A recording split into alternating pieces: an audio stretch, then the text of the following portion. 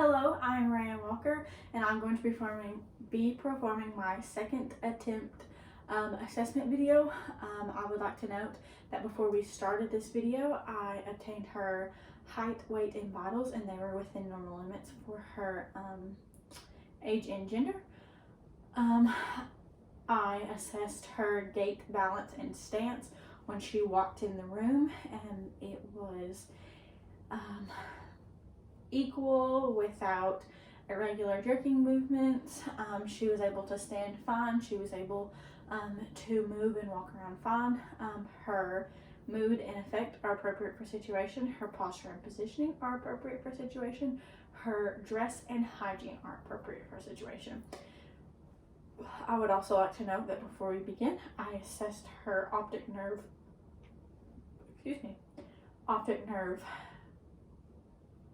second cranial nerve being optic nerve with the Snellen eye chart, and her vision was 20/20. I'm going to begin by going through all of the cranial nerves and assessing those independently. The first cranial nerve that I'm going to assess is going to be number 1, olfactory. I'm going to do this by having her occlude one nostril and closing her eyes and identifying a smell for me. So if you could go ahead and do that with one nostril.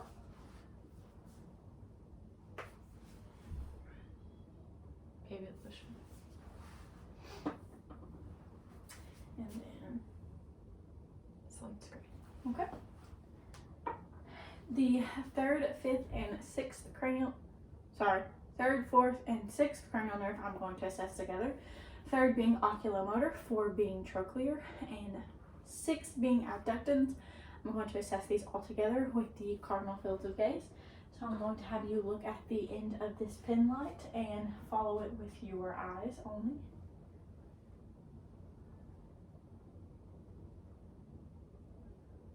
Okay, and then I'm going to assess cranial nerve 3, oculomotor independently by shining light in her eye and seeing how her pupils react to the light.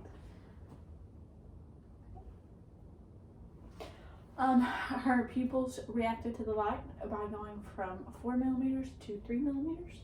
I'm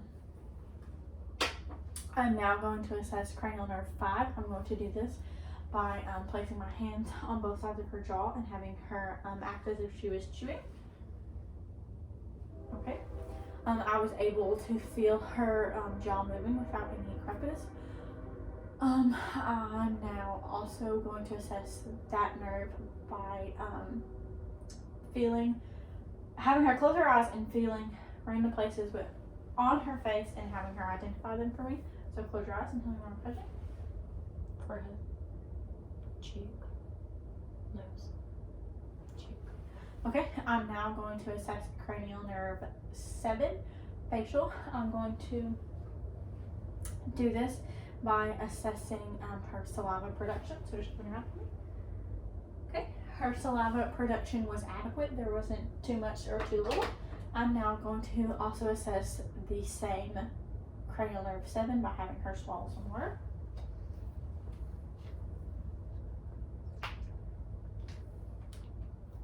Okay.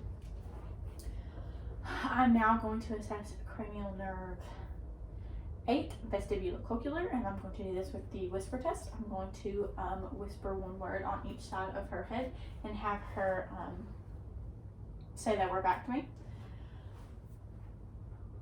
Football. And then on the other side, Baseball. okay. I'm now going to assess cranial nerves 9 and 10, glossopharyngeal and vagus together. I'm going to do this by having her close her eyes and smile really big and frown. Okay. I'm now going to assess cranial nerve 11, accessory, by having her move her shoulders and neck against resistance. So I'm going to put my hands on top of your shoulders and push against me. Okay, and then on each side of your head. Okay. And then cranial nerve 12, hypoglossal. I'm just going to have you stick out your tongue. Okay. All 12 cranial nerves are intact. I'm now going to start at the top of her head and work my way down. I'm going to first start with feeling on your head. If you feel any tenderness or pain at any part of this assessment, stop me, let me know, and we will note that in our assessment. So I'm going to start with your head.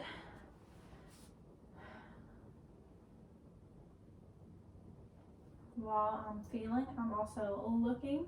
I can see that her hair is distributed evenly. There's no bald spots or areas where there's a lot more hair than others.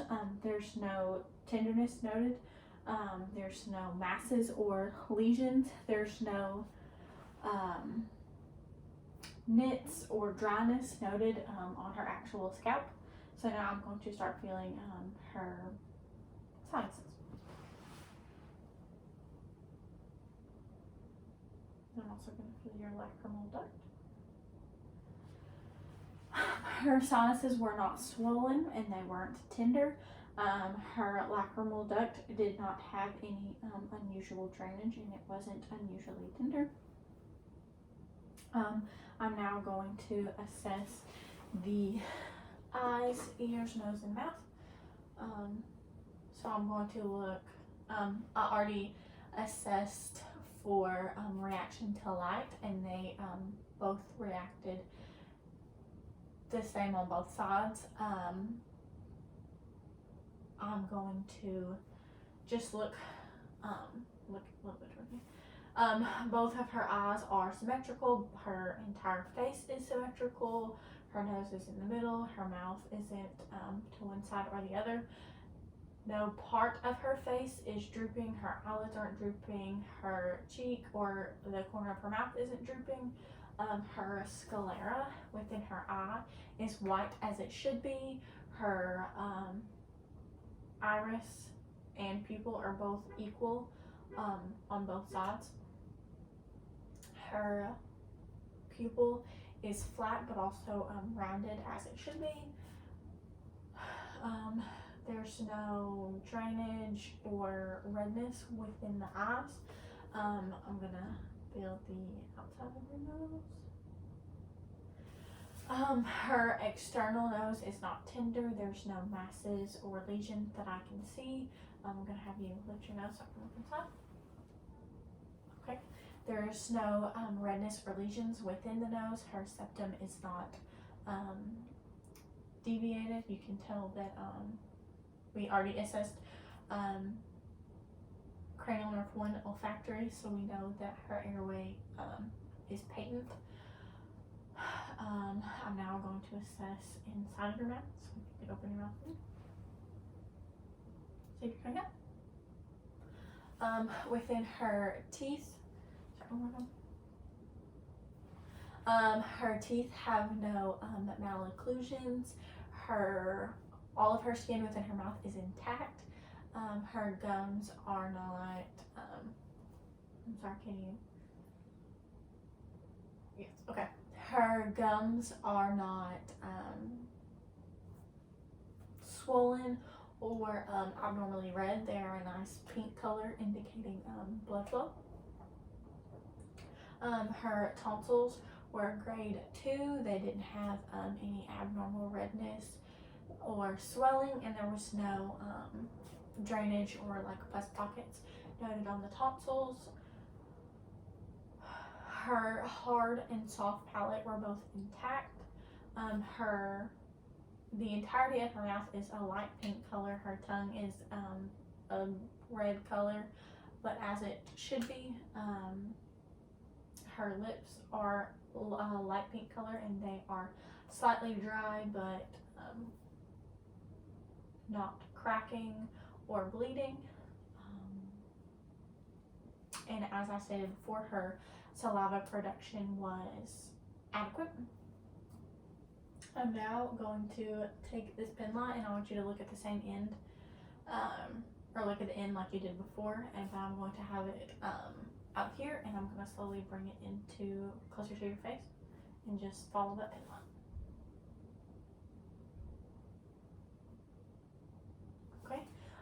As she was looking at the pen light further away, her pupils were dilated, and when we came in, they constricted.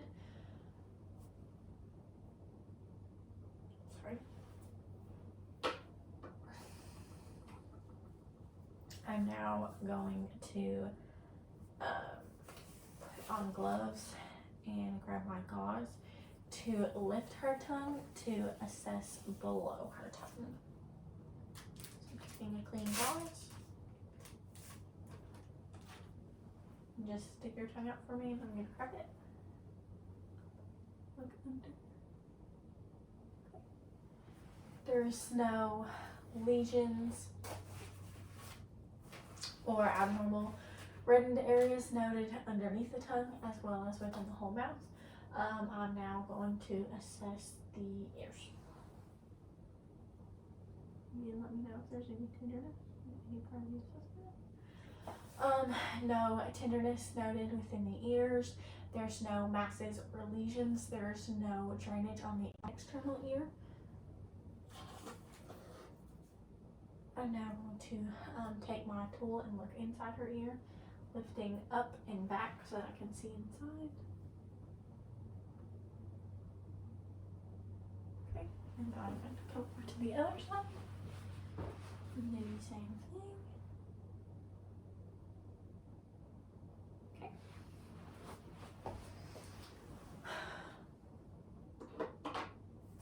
Within the ear canal, I didn't note any redness or masses.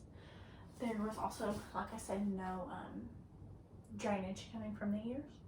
I'm now going to assess the carotid pulses independently.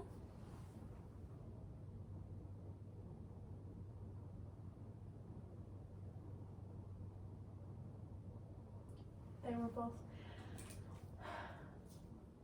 a +2. I'm now going to assess for bruits with the bell of my stethoscope over the same place that we would assess for the carotid pulse.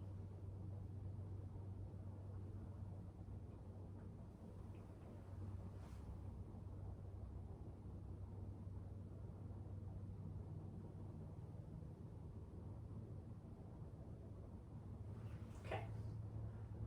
No bruise noted. Within the neck, making sure I haven't forgotten anything before I move on. I'm now going to assess the chest. So don't forget it like last time. So turn this way slightly. Just with the hold. Yep. Okay. I'm going to first percuss, starting at the top of her chest.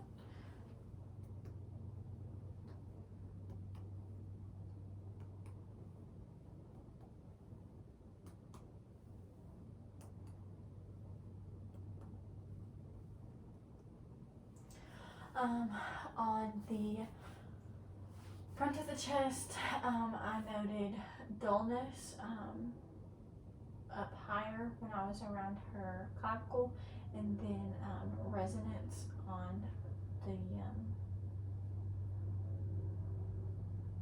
upper portion of her chest. I also would like to note that I did not palpate on top of a rib. I felt in between them. I'm now going to listen to the heart and identify places that I would be listening. I'm going to palpate or identify the PMI first. I'm going to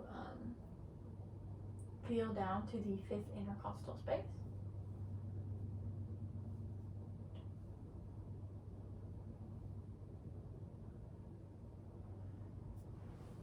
And that would be almost directly in the middle of the breast. And I would then find the mid-clavicular line and find where those meet, and that's where I'm going to feel.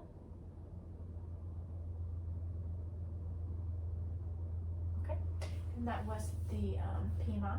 And now I'm going to listen to the different areas of the heart.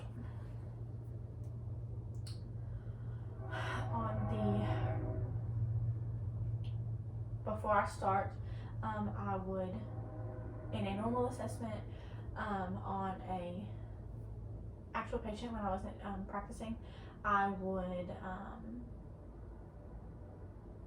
listen to listen to all of these sounds that I'm about to name with the bell and diaphragm of my stethoscope, and I would have her lay down as well as sit up when I listened to all of these places. And I'm now going to listen and identify where I would be listening in all of those situations. So on our right side, in the second intercostal space, is going to be the aortic valve. And then on the left side, that's going to be our pulmonic valve.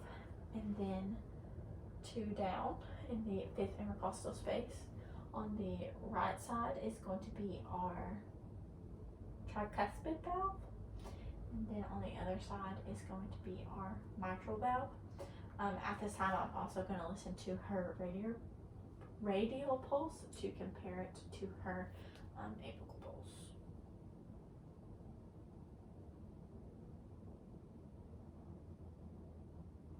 Okay. Both pulses were without difference. I'm now going to listen to breath sounds on the front, and then we're going to go to the back and palpate and listen to breath sounds. So each time I move my stethoscope, we'll just take a deep breath for me.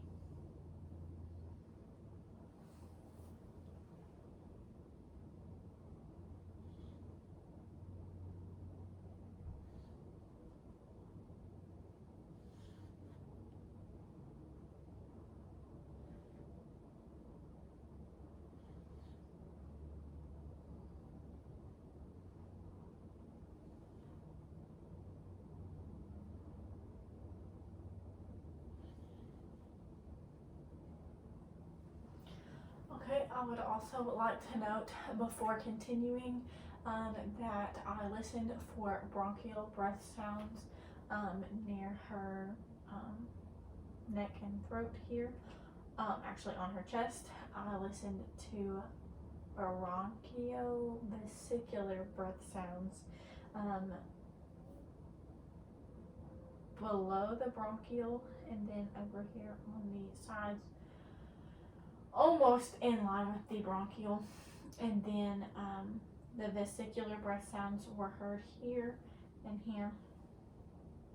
And if I were able to hear them over the breasts, I would also listen there. So now I'm going to have you turn and face that way. And I'm going to percuss and then auscultate.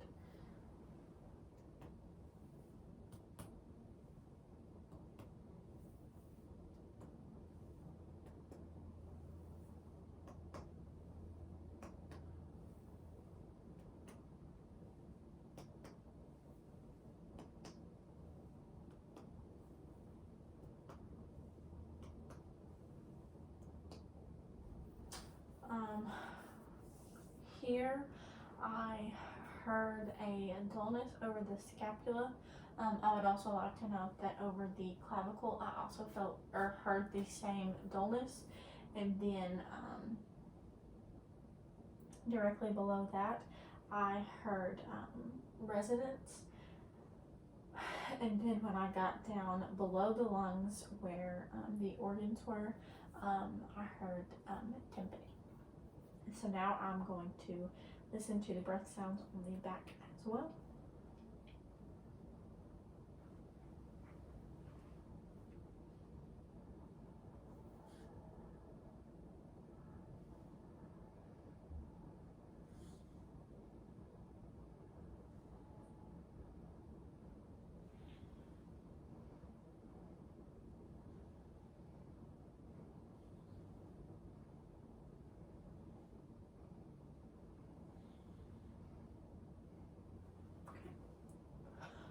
On both the front and back, all of her lung sounds were clear. There were no wheezes or crackles.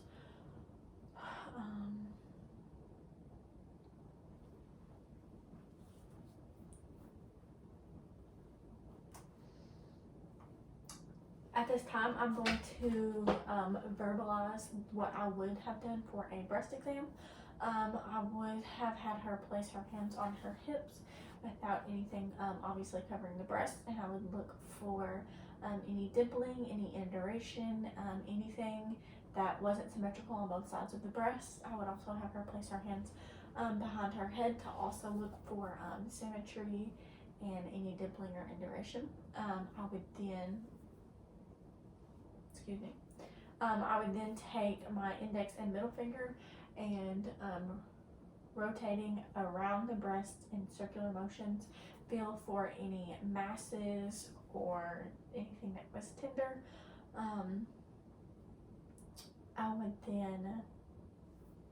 I would do that in both breasts, and then I would compress the nipple to see if there's any unusual discharge that comes from them. I would then assess the lymph nodes under the arm and around the breast. These lymph nodes include central, lateral, scapular, pectoral, and subclavicular.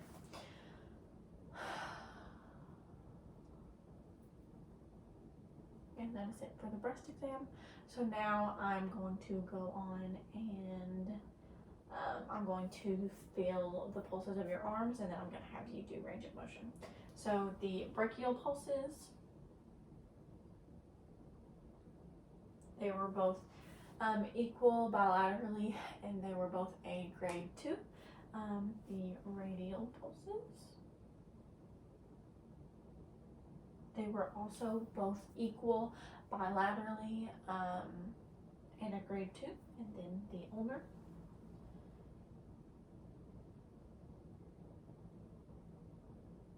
okay, both of those pulses as well were bilaterally without difference and a +2. I'm going to feel one of your fingers. All of the nail beds within her fingers have a light pink color, indicating that she does have capillary blood flow to her fingers, and her capillary refill was less than 3 seconds, so brisk. I'm now, scoot back here, I'm going to have you straighten your arm out and bring it as far back as you can, keeping that, yep, and then come straight up and back as far as you can. Okay, and then take your hands and put them together above your head, and then bring that arm to in front of you. Okay, and then behind your head, and then bring them forward and back. Okay, and then behind your back, same thing. I'm sorry. I'm gonna need you to do all this again because I wasn't feeling your shoulder. So behind your head, or above your head, and then back. Okay, and then above your head, into midline. Okay, and then behind your head, and forward, and then behind your back. Okay. No crepitus was noted within the shoulder. In an actual patient, I would have assessed both shoulders for crepitus, but I'm just going to be assessing this arm on the side closest to me. I'm now going to have you bend your elbow up and then straighten it back out, and then supinate and pronate. Yep, because that was within your elbow. There's no crepitus noted within her elbow either. And now we're gonna do the wrist one. So bring it, yep, another way, side to side, all around. Okay. No crepitus noted within her wrist. I'm now gonna individually feel the joints of her finger for crepitus.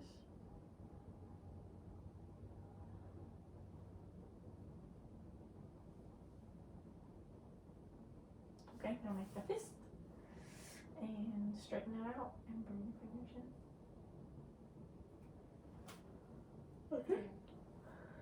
other thing. Yeah, we'll No. do those Okay, all sorry. at the end.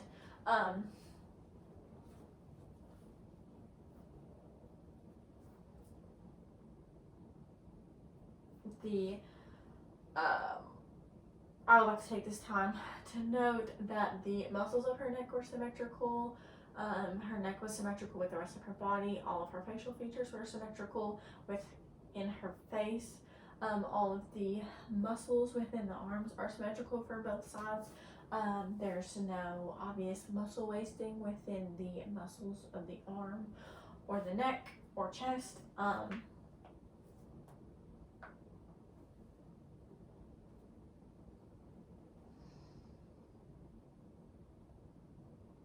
Okay, I'm now going to perform the abdomen assessment. So I'm going to get up and have you lay down.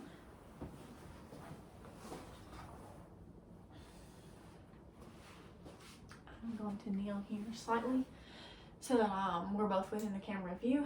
I'm going to have you lift your shirt up. I'm going to first note that the abdomen is flat. There's no unusual protrusions. I don't see any distension in any one quadrant of the abdomen. There is some striae noted. I'm now going to listen to all four quadrants for bowel sounds, and then I will percuss, and then I will lightly palpate.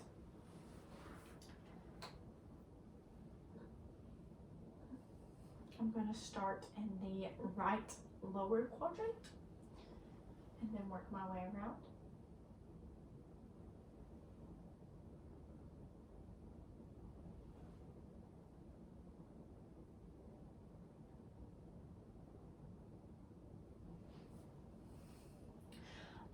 Bowel sounds were noted in all four quadrants of the abdomen. I'm now going to percuss, starting in the right lower quadrant.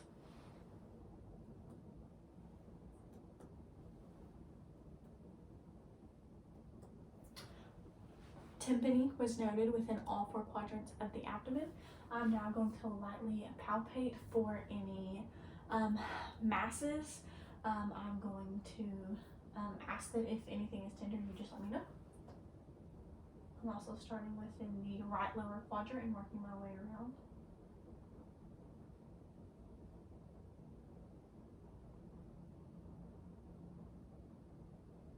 Okay, you can put your shirt back up. And sit back up. The abdomen, once again, was flat, slightly rounded. I didn't feel any masses or any swelling within the abdomen when I percussed, or when I palpated, and she did not complain of any tenderness.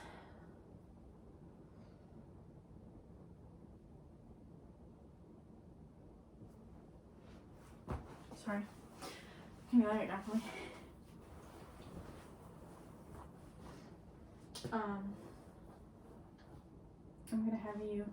I'm going to place my hand on the hip joint and have her bring her leg up. Yes, and put it back down. And just bring your leg up with your knee. Yes. Okay, and then now bring your leg up to a 90 degree. And point your foot, point your toes. Bring back to me, and then side to side. Okay. You do it again for me. Okay, and place that knee back down. Okay. Now you can sit back up. No crepitus noted within the hip joint, knee joint, or the ankle joint. And she was able to move those without any assistance, or she didn't have any problems moving them. I'm now going to feel for muscle strength in the arms and legs. So, kind of face me a little bit. I'm going to put my arms, or I'm going to keep my arms like this, and you put your arms on either side of mine. And I'm going to push against, and you push against me. Okay, and then, yep. and then straighten your hands out. Okay, push against. Okay, flip. Push against. Okay, and then push. Yep. I'm gonna lay back down so I can see. I'm sorry. And straighten my out. And just push those up and then back down. Okay.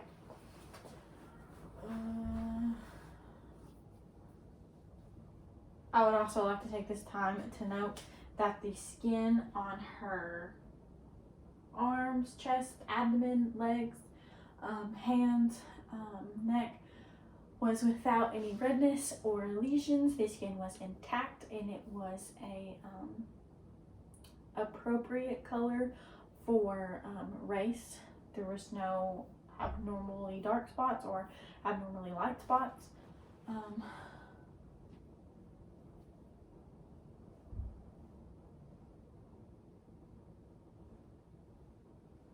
I'm now going to feel for her pulses and for her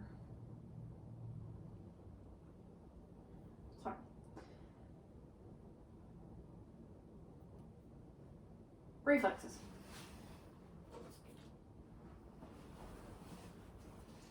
I already felt the pulses of her arms. So I'm going to feel the popliteal behind her knee.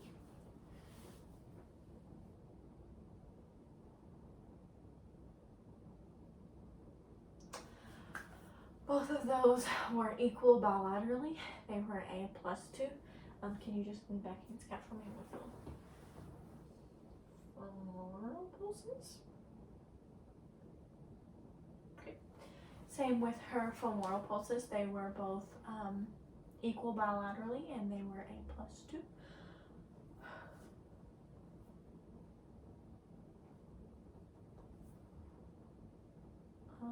You can see the popliteal from here, or the patella from here, so I'm going to assess this reflex. I'm going to feel I'm going to assess the reflexes within her arm and then have her lay back down and do her feet pulses and those reflexes. Okay. I'm going to first feel for the deep tendon within the brachial muscle. Okay, and then for this one, I'm not going to hit her directly with the reflex hammer. I'm going to hit my thumb. Okay. With my thumb, I felt the tendon tense up, but the outward reaction wasn't very strong, so I would grade that a +1. I'm then going to lift her arm and feel for the tricep deep tendon reflex.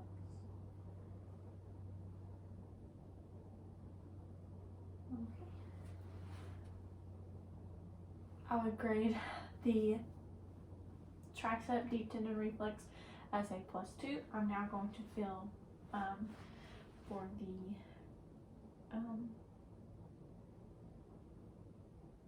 I'm now going to assess the brachioradialis deep tendon reflex. I would assess this reflex a +2 as well. Now I'm going to have you lay back down one more time. And I'm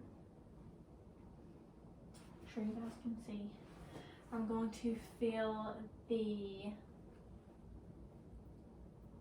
dorsalis pediis on top of the feet.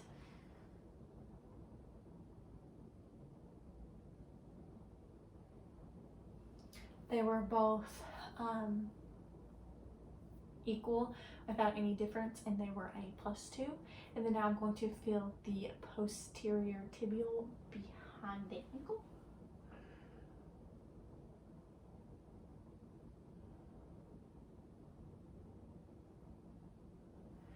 They were also equal bilaterally, and they were a +2.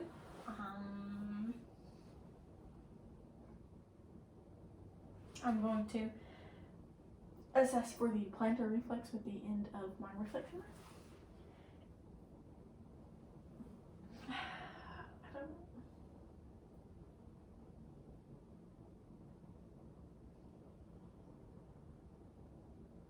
I'm going to attempt the Achilles reflex with her laying this way so that way we can see it's a better camera angle, and if not, then I'll switch the camera and try and do it differently. Yeah. That's what I'm thinking. Okay. That did work. I would grade that reflex a +2 as well. Can you take your sock off for me?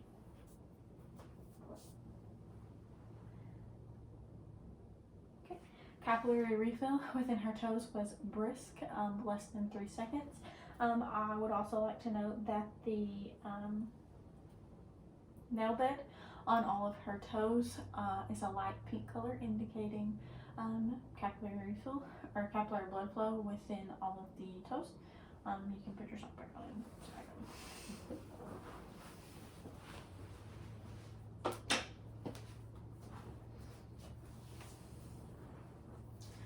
Now I'm going to do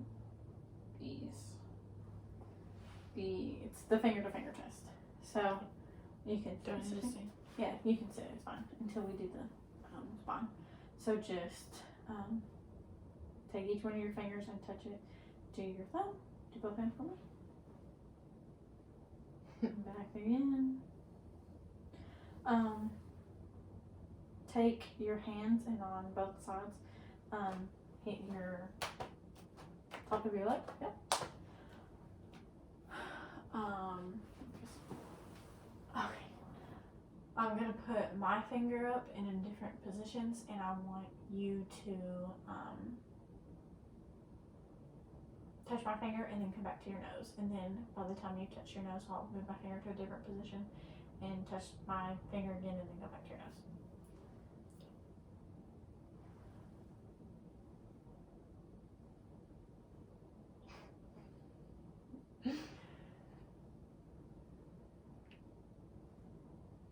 Okay.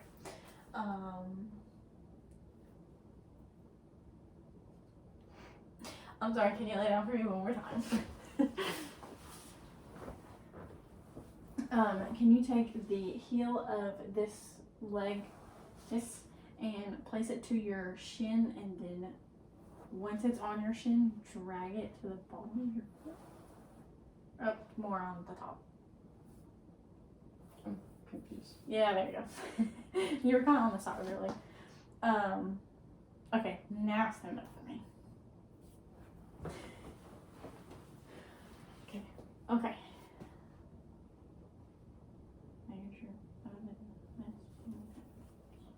Okay, stand sideways for me. And lean forward, not quite touching your toes, a little bit further. Okay. There is no scoliotic deviation noted within the spine. Sit back up for me. Oh, keep turning that way, sorry. Within the cervical spine, there is concavity. Within the lumbar spine, there's the proper convexity, and then the lumbar, there's the proper concavity. Turn back towards me. I'm gonna have you do range of motion on your hips. Gently lean forward and back, and then side and side. Okay, now sit down. I'm going to assess light or sharp and dull touch, and then light touch as well. I'm going to have you close your eyes, and I'm going to tell you which side is dull and which side is sharp so that you can feel them, and then I'm going to touch random areas, and I want you to identify where I'm touching. Okay, so this end will be dull, and this end will be sharp, and now I'm going to touch random areas and have you identify. Dull. Sharp. Dull. Sharp. Okay. I'm now going to do the same thing with a clean gauze, and just same thing, you're gonna close your eyes and tell me where I'm touching, okay? Forehead. Leg. Cheek. Arm. Okay. At this time, I'm also gonna have you, perform a range of motion of the neck. So just lean forward and back, and then each side.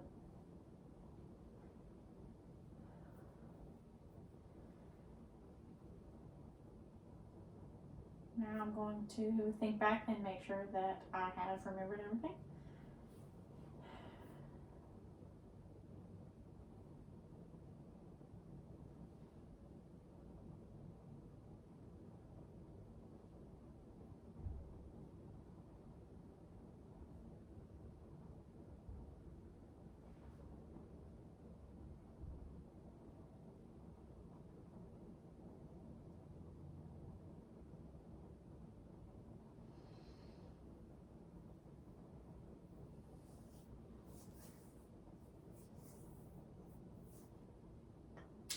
I believe that this concludes my assessment. Thank you.